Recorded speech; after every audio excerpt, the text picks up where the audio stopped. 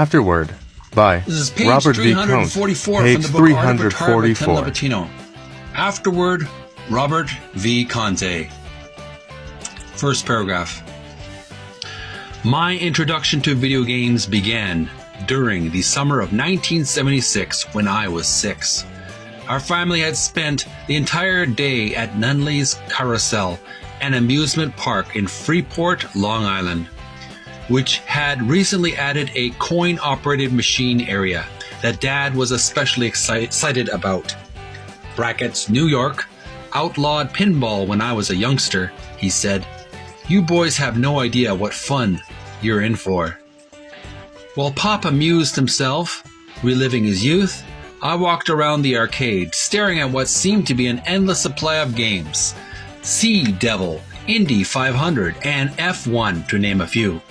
I found my brothers playing a game called Tank, which sat next to another machine called Pong. And next to that was another with the moniker Space Race. Those video games at Nunley's and similar destinations, all manufactured by a company named Atari, because part of our regular Friday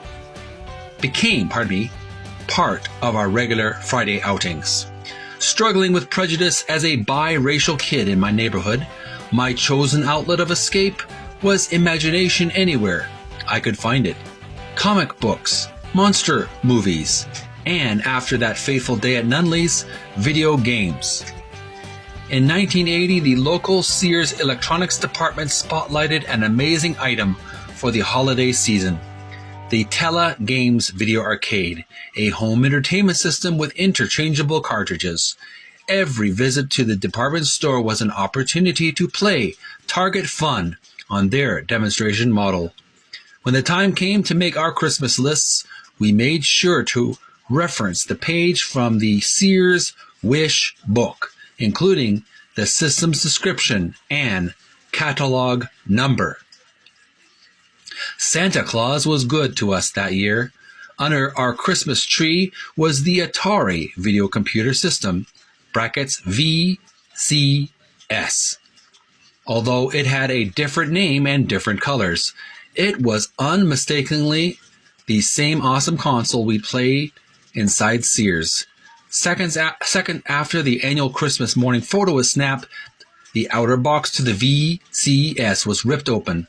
Our other presents sat under the tree virtually untouched while my brothers and I played Combat, brackets a glitch in the original console produced a hidden variant game when players manipulated the 6 control switches. Air-Sea Battle, brackets wait, wasn't that Target Fun at Sears? Bowling, Superman, and Space Invaders all day long. How are you doing that? My stunned great-grandmother asked. Are things going to come out of that TV? We laughed. The Atari Christmas remains one of my favorite Christmases ever, and it started my unquenchable thirst for VCS/2600 cartridges. Through his work as a sales manager in Manhattan, Dad would barter with customers who owned appliance and electronics stores, trading discontinued carpet cleaners for anything Atari. Combined with the games bought by Mom, Granny, and with my allowance, it wasn't long before I had every Atari-branded cartridge on the market. Dad's next job at LD Electronics helped me increase my Atari 2600 library substantially. He would call from his office asking whether I had titles I had never heard of: Skiing, Demon Attack, and Space Chase. I thought he was joking until he brought home games from, next column to the right, new companies including Activision, Imagic, and Data Age. Word of my immense game collection eventually led to kids in my neighborhood and at school inviting me into their homes to share my library, breaking down social barriers that had seemed daunting. I went from being the least popular kid to being elected into student council. 20 years later, I purchased the Atari Anthology CD from my computer and played its games incessantly.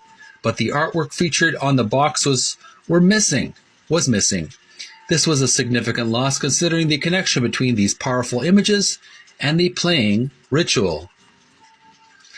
Through my work in the entertainment field, I had seen with my own eyes the destruction of original assets in favor of digital conversions to save corporations time and money on long-term storage. I assumed the original Atari artwork had fallen prey to similar circumstances. Thanks to Art of Atari, not anymore. After all these years, Atari enthusiasts can finally attribute artists to the exquisite imagery they created. Cliff Spohn to Super Breakout and Brain Games, Suzanne Jekyll to Adventure and Circus Atari, Steve Hendricks to Defender and Steeplechase, Hiro Kimura to Yars' Revenge and Pac-Man. Ironically, the artist behind my favorite, Space Invaders, remains a mystery.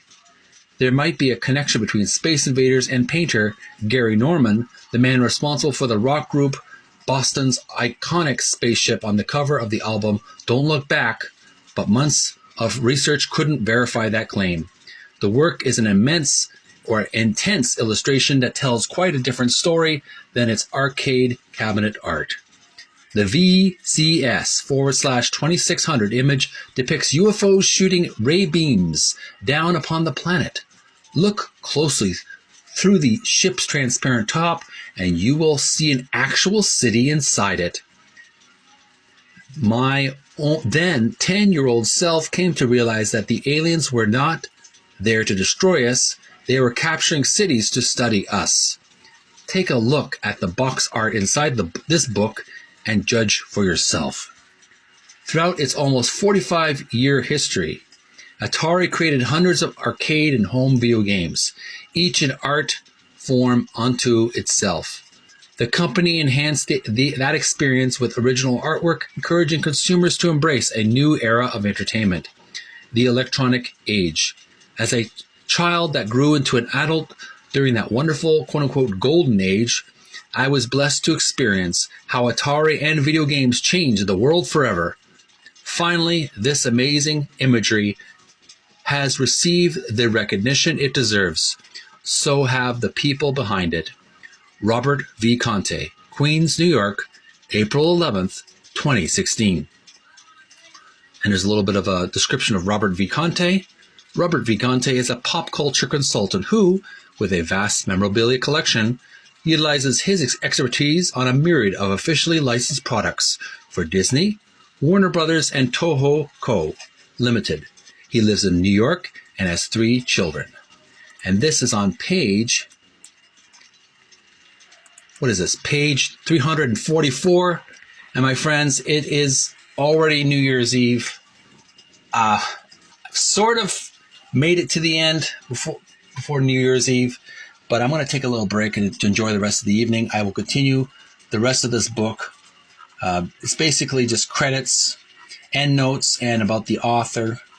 So I hope you can forgive this, but I basically read the meat of the book before New Year's Eve. I'm going to have to take a break. All right. So thanks so much for tuning in. Hope you have a great New Year's Eve 2024, January 1st, and take care of one another. Take care of yourself. Make it an awesome year this year. Let's do it. Let's really do a really awesome job this year. All right. We'll take a little break and I'll continue on tomorrow. Bye for now.